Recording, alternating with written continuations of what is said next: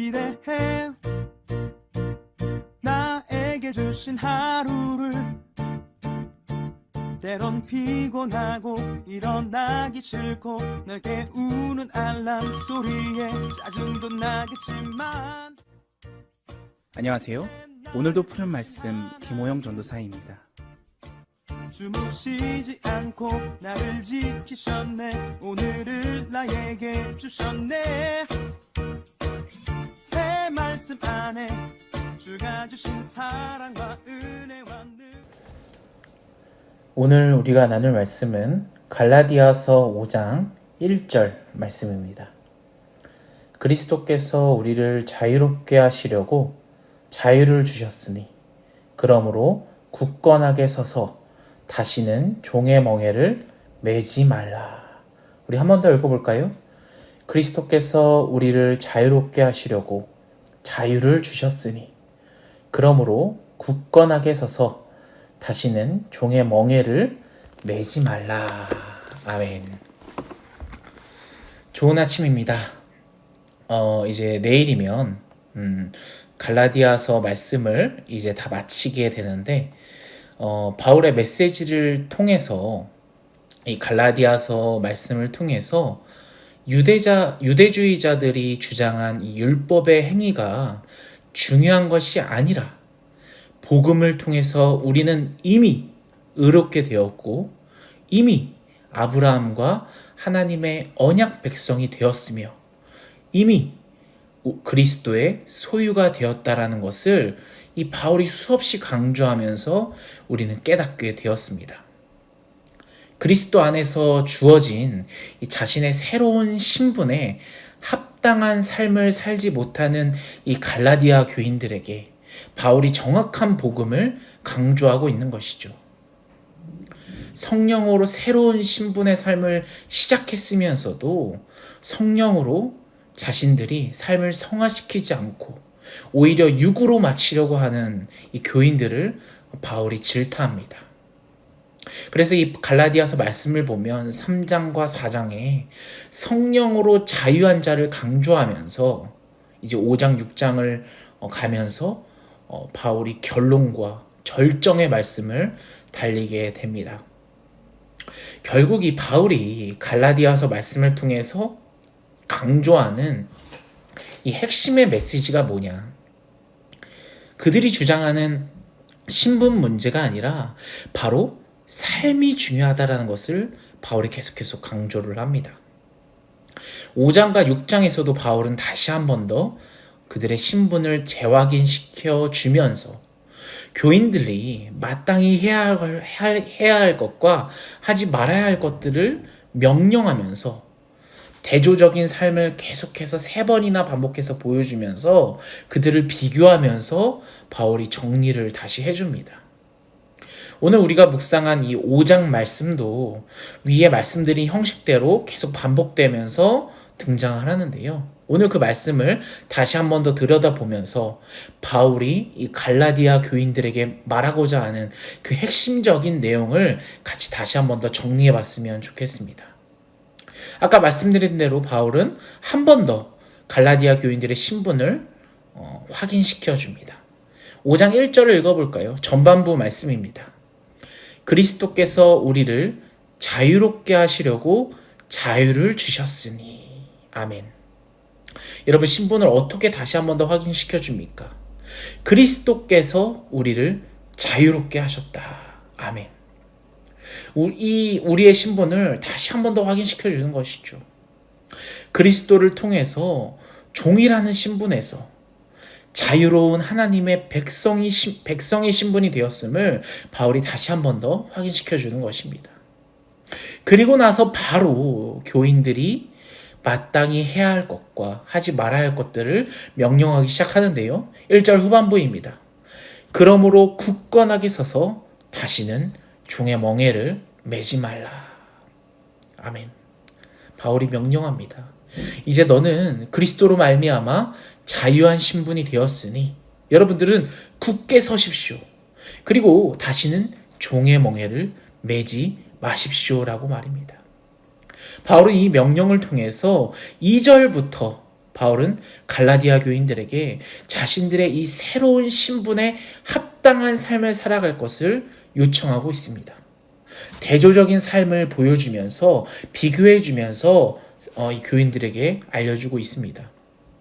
2절부터 6절을 읽어보시면 스스로 할례를 받으려고 하는 그러한 사람들의 삶과 그들에 대한 징벌과 성령을 따라 의의 소망을 기다리는 그런 사람들의 삶의 축복을 서로 대조시켜 보여주고 있는데요.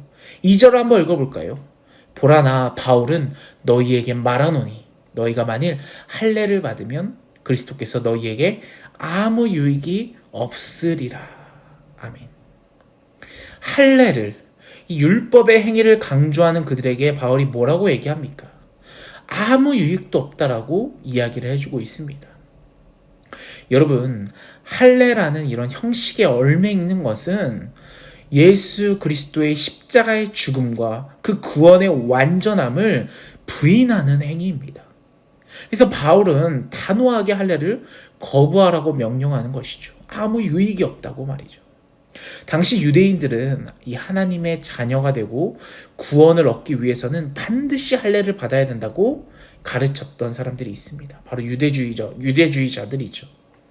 십자가의 은혜를 믿으면서도 한편으로는 할례라는 형식, 이 형식도 반드시 지켜야 한다고 했던 것입니다.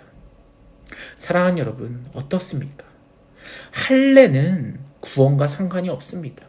이러한 형식들은 구원과 상관이 없습니다. 오직 우리의 구원은 무엇입니까? 바로 예수 그리스도의 십자가 은혜에서만 나오는 건 아니겠습니까? 할례를 강조하는 것은 예수 그리스도의 이 십자가 은혜를 부정하는 모습이 됩니다. 십자가가 인간의 이런 행위와 인간의 이런 행위적인 모습에 십자가의 은혜가 가려질 수가 있겠습니까? 사랑하는 여러분, 우리는 오직 십자가의 은혜로만 우리는 구원을 받습니다. 4절에서 뭐라고 얘기합니까? 율법 안에서 의롭다 함을 얻으려고 하지 말라. 너희는 그리스도에게서 끊어지고 은혜에서 떨어진 자로다. 아멘. 이 얼마나 무서운 얘기입니까? 얽매이지 말라. 그렇게 하면 너희는 그리스도로부터 끊어진다. 은혜로부터 떨어진다라고 바울은 얘기합니다. 그리스도 예수 안에서 할례나 무할례나 효력이 없다, 중요한 게 아니다. 이제는 할례가 중요하지 않다. 그리스도께서 오신 이상 우리는 그리스도를 믿는 믿음으로 가장 완벽한 할례, 가장 완벽한 율법, 이 모든 것들이 완성된 것이다라고 바울이 선포하고 있는 것이죠. 이 대조적인 모습을 보여주면서 바울이 갈라디아 교인들에게 자신의 반대자들이 요구하는 그 유대적 삶의 방식을 채택할 그 어떤 이유도 없다라는 사실을 명백하게 변증해 줍니다. 그리고 7절부터 12절까지 갈라디아 사람들에게 할례를 받도록 요구하는 자들과 그들이 요구를 따르려고 하는 자들을 책망하고 징벌합니다. 우리 마지막 12절만 한번 읽어볼까요? 너희를 어지럽게 하는 자들은 스스로 베어버리기 원하노라. 아멘. 스스로 베어버리기를 원하노라. 여러분, 베어버린다는 것은 완전히 잘라내어 버린다는 뜻입니다. 이 바울은 자신의 욕심을 이루기 위한 그 율법들, 행위들, 그 욕심들을 과감하게 베어버리라고 명령을 합니다. 복음에 있어서는 적당한 타협조차 절대로 안 된다라고 말을 하고 있는 것입니다. 사랑하는 여러분, 지금 이 시대에도 우리가 이 신앙에 있어서, 구원에 있어서 정말 여러 가지 것들과 타협하고 있는 시대를 살아가고 있지 않습니까? 바른 신앙, 바른 구원을 위해서는 이 구원을 방해하는 요소들을 절대로 타협해서는 안 되며 철저하게 베어버려야만 합니다. 예수 그리스도의 십자가 안에서 온전한 자유를 우리가 누리기 위해서는 이런 율법이나 형식에 얽매여서는 안 된다라는 거죠. 또 세상과 타협해서도 안 됩니다. 우리는 우리의 신앙의 순수성을 지켜내며 바울처럼 과감하게 방해하는 것들을 베어내며 주님께서 말씀하고자 하는 그리스도께서 강조하시는 그 신앙의 순수성을 지켜나가야 될 줄 믿습니다. 사랑하는 여러분, 오늘 하루를 살아가면서 우리의 모습을 돌아보길 원합니다.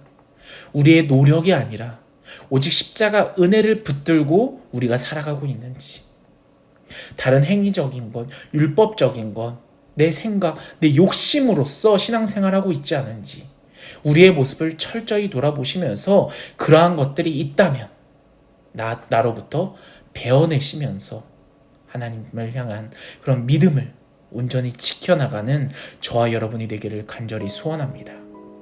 오늘 이 말씀을 놓고 우리 같이 기도했으면 좋겠습니다. 사랑의 하나님, 우리가 너무 연약하여서 자꾸 우리의 신앙생활에 있어서 내 생각과 내 욕심과 행위들을 자꾸 집어넣으려고 하는 우리의 모습들이 있습니다. 하나님, 이런 저희들을 용서하여 주시옵소서. 하나님, 그런 것들이 중요한 것이 아니라 정말 순수한 그 구원의 의미, 그리스도를 향한 그 믿음만을 붙잡고 살아가는 제가 되게 하여 달라고 오늘 같이 주여 한번 외치며 오늘 말씀을 놓고 같이 기도하며 나아가겠습니다.